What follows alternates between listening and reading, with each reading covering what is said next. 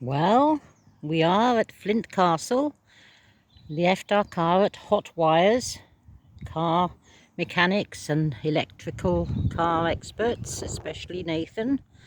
Very busy. Some people parking on pavements and double yellow lines. One got a ticket, I saw, but I didn't even park on the curb because, you know, you're not supposed to. People with mobility problems can't. Now, this is a free castle. Edward I, of course, trying to conquer Wales, had it built. And of course, you know, it's a ruin now, of course, but, well, people in later years didn't need castles, did they? Peace returned, well, intermittently. Anyway, enough about me talking. There are these Cymraig or English, both. You must listen to both talks, so I shall shut up in a minute. Yes. Flint Castle is striking both in terms of its construction and location. But why did Edward I build a castle here? The English king was on a mission to try to subdue the Welsh. To subdue the Welsh? Wales had been a battleground since the Norman invasion of 1066. Yes. With Welsh princes keeping up an almost constant battle for their lands. Yes, in By Welsh. the time Edward's father, Henry III, became king, the English crown directly controlled all of North Wales to the east of the River Conwy. However, the Welsh hadn't given up the fight. No. Llywelyn ap Gruffydd came from a long line of powerful Welsh princes. He fought against Henry III and forced the king to sign a treaty which officially recognised Llywelyn as Prince of Wales. Llewellyn. But the story didn't end there.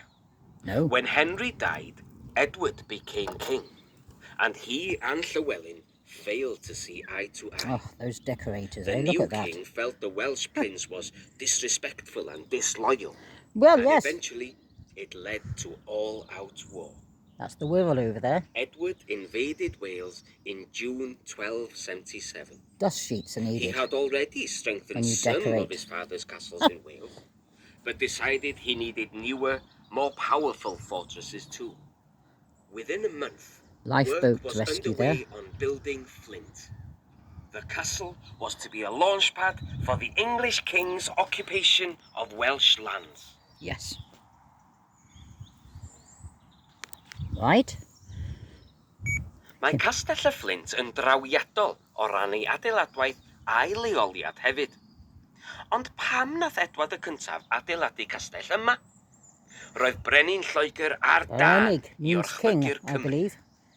Wedi'r cyfan, roedd Cymru wedi bod yn faes y gad ers conquest y Normaniaid yn 1166.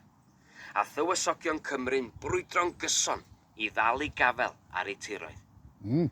Erbyn i dad Edward, Harri'r Trydydd, ddod i'r orsedd, Coron Lloegr oedd yn uniongyrchol reoli gogledd Cymru i'r dwyrain o Afon Conwy. Hynny, doedd y Cymru heb ildion llwyr. Roedd Llywelyn ap Gruffydd yn hannu o linach hir o dywysogion grymus Cymreig. Bu'n ymladd yn erbyn Harri'r Trydydd, gan orfodi'r brenin. I'm going up there in a minute. Llywelyn yn swyddogol Llywelyn. yn dywysog Cymru. Double L is pronounced Llywelyn yn Llangollen. Daeth Edward yn frenin, ac nid oedd o a Llywelyn yn Da means yes. Roedd y brenin newydd yn teimlo nad oedd y tywysog Cymreig yn dangos parch a theyrngarwch tuag ato, ac ymhen hir a hwyr aeth yn rhyfel rhwng y ddau. Yn mis Mehefin 1277, llifodd milwyr Edward i Gymru. Roedd eisoes wedi cryfhau rhai o gestyllu dad yng Nghymru, ond penderfynodd ei fod angen ceirau newydd, mwy cadarn hefyd. O fewn mis, roedd y gwaith ar droed yn y Fflint. Byddai'r castell yn fan The stone isn't Cheshire sandstone. This is it's harder. Oh, right, well, that's annoying. They haven't mentioned what the stone is. Never mind, I'll find out.